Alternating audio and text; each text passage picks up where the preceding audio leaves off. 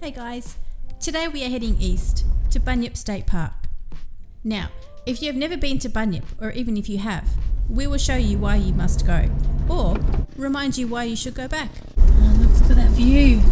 There is something for everyone, and the best part, it's only about an hour out of Melbourne CBD, making this very accessible for a day trip or a night under the stars. The previous viewers of our channel may notice a couple of changes to the Fortuna since our last video. As always, we will go over the changes, what they cost, and how it helps. And if you are new here, we hope to show you some amazing places and what to expect when you visit. Also, how we go about doing things while trying to keep the costs low. So, with steep muddy hills and deep ruts to conquer, let's go!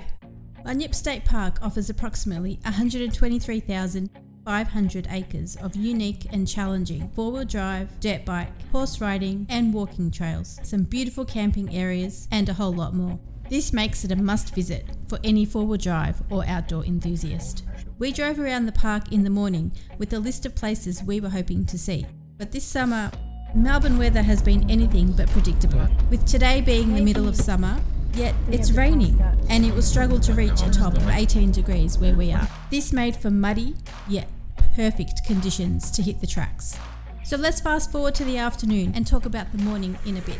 We decided to tackle the Blue Range track, located close to the Nash Creek campground. As we entered Blue Range track, we could tell that a lot of people had the same ideas as us. The further in we drove, the more challenges were starting to build. With a few slippery and ruddy areas, it was giving us a taste of things to come. After approximately 4.4 kilometres, we turned right onto Anderson Track. In the conditions that we observed, these tracks are not for beginners, and it would be very advisable to have the proper recovery equipment with you. Oh jeez. Sliding. That's full brakes there. In drier conditions, it would offer different challenges and might be more accessible, but today, in these conditions, you're going to put your driving skills to the test. After a minute or so driving down Anderson Track, we drove over a hump that caught us a little off guard. As we passed this, it became a point of no return. We lost all traction and started to slide down the hill. This is just sliding. This is full brakes. Sliding. As we started to slide, the brakes did nothing. We were in the wrong gear and all we could do was try and point the car where we wanted it to go. Also try and avoid hitting anything, and of course, there was a crowd down the bottom to witness what was not our finest moment. Seeing us slide was enough to make a few people turn around, and we can't really blame them. We always recommend that you stay within your limits, and if you are unsure, there's no shame in backing out. Although if you leave backing out too late, you might have to continue on forward. We would like to say this was the only time we were sliding out of control today, but that would be far from true, as all the tracks were slipperier than a snake in oil, and we didn't shy away from them either. Stick around to see some more footage of us sliding around, and get your free subscription so you don't miss out on future videos. After the initial sliding, we managed to gain traction, put the Fortuna in the correct setting, as from this point forward, we were definitely going to be in a low range for the majority of the tracks today. We crawled down the rest of the decline with no further issues, being greeted by the crowd below. We stopped and spoke to the people who were about to tackle the track from the opposite direction. We got a bit of a track report on what to expect going forward, and we also managed to get a little footage of them going up. With some grunt, one by one, they all made it up. Although later in the day, we noticed a couple of other cars on top of that same hill with their hood open. Maybe they gave it a little too much grunt. Anderson Track remained extremely slippery, with the ruts appearing to get deeper, but all of this made for a fun and challenging drive. If you come in from the direction we did, you will have a decision to make at the end of the Anderson Track. Turn right onto Little Bunyip Track.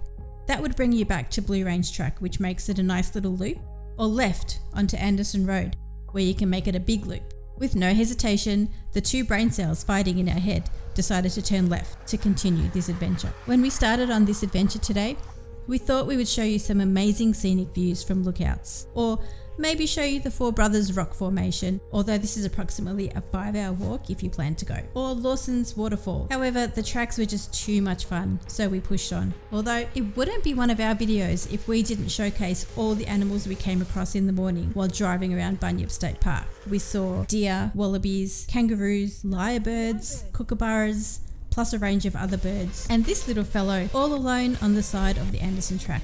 Most of these animals were in locations anyone can get to with any vehicle. Please let us know if you would like to see a video of all the other amazing things to see and do in Bunyip State Park, as we will return. One day just isn't enough. Plus, there are still a heap of tracks we haven't shown today. Also, we always end up with hours of extra footage, so let us know what you would like to see more of so we can include it.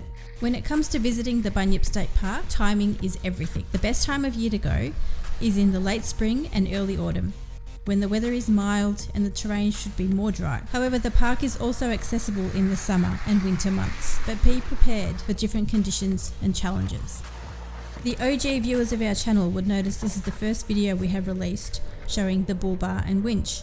Since we do go to a lot of remote areas, adding a winch to the Fortuna gives us a little peace of mind. Now, we are sure a lot of you know this, so please bear with us. But in order to install a winch, you also need to add a bull bar to support the winch, and it is a lot easier to get them both done at the same time. The bull bar provides added protection for the front of the vehicle, not only protecting the bodywork from damage, but also providing a mounting point for lighting, winch, and other accessories. The added protection is great for driving off-road, where there is a greater risk of damage from rocks, branches, and other obstacles. The bull bar and winch will weigh down the front of the vehicle, so a suspension upgrade is also on the cards for us. The bull bar, winch, and installation cost us just under $3,300, which was quite cheap compared to the nearest quote we got that was for over $6,000 for the same equipment. It's also recommended that if you have a winch, you work it every few weeks to ensure it remains maintained, as it can seize up if it doesn't get used for a prolonged period. And no, we are not sponsored. However, we do know a good deal when we see one. And as an added bonus, the customer service was great. Oh my god. No. Get back.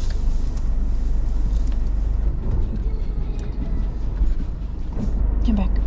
But then we have to go down.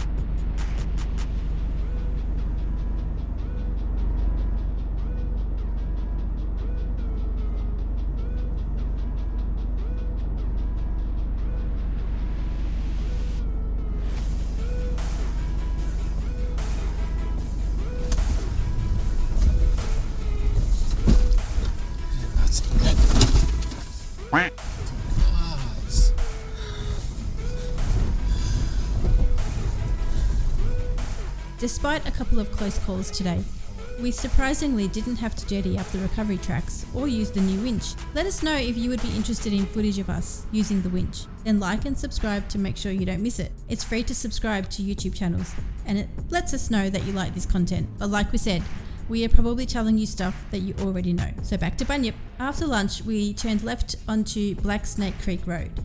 Try saying that 3 times fast.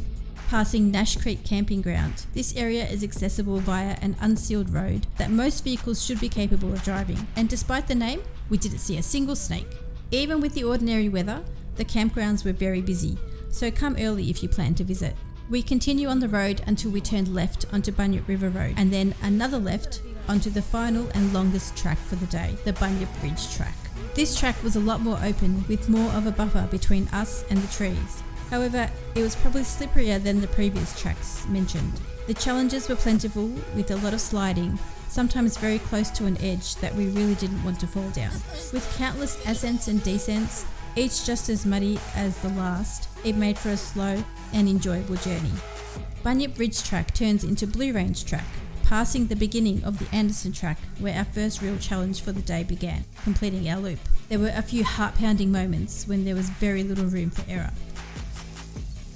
But in the end, we made it out safely with no damage. The tracks we attempted today do require a capable vehicle. However, there are plenty of things to see and do in Bunyip with any four-wheel drive. Please like and subscribe.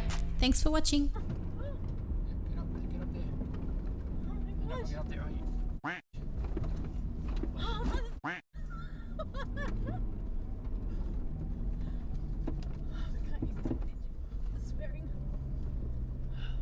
footage has to be muted. Oh. Yes, yes, yes. No, no, no. That's it. Stay there now.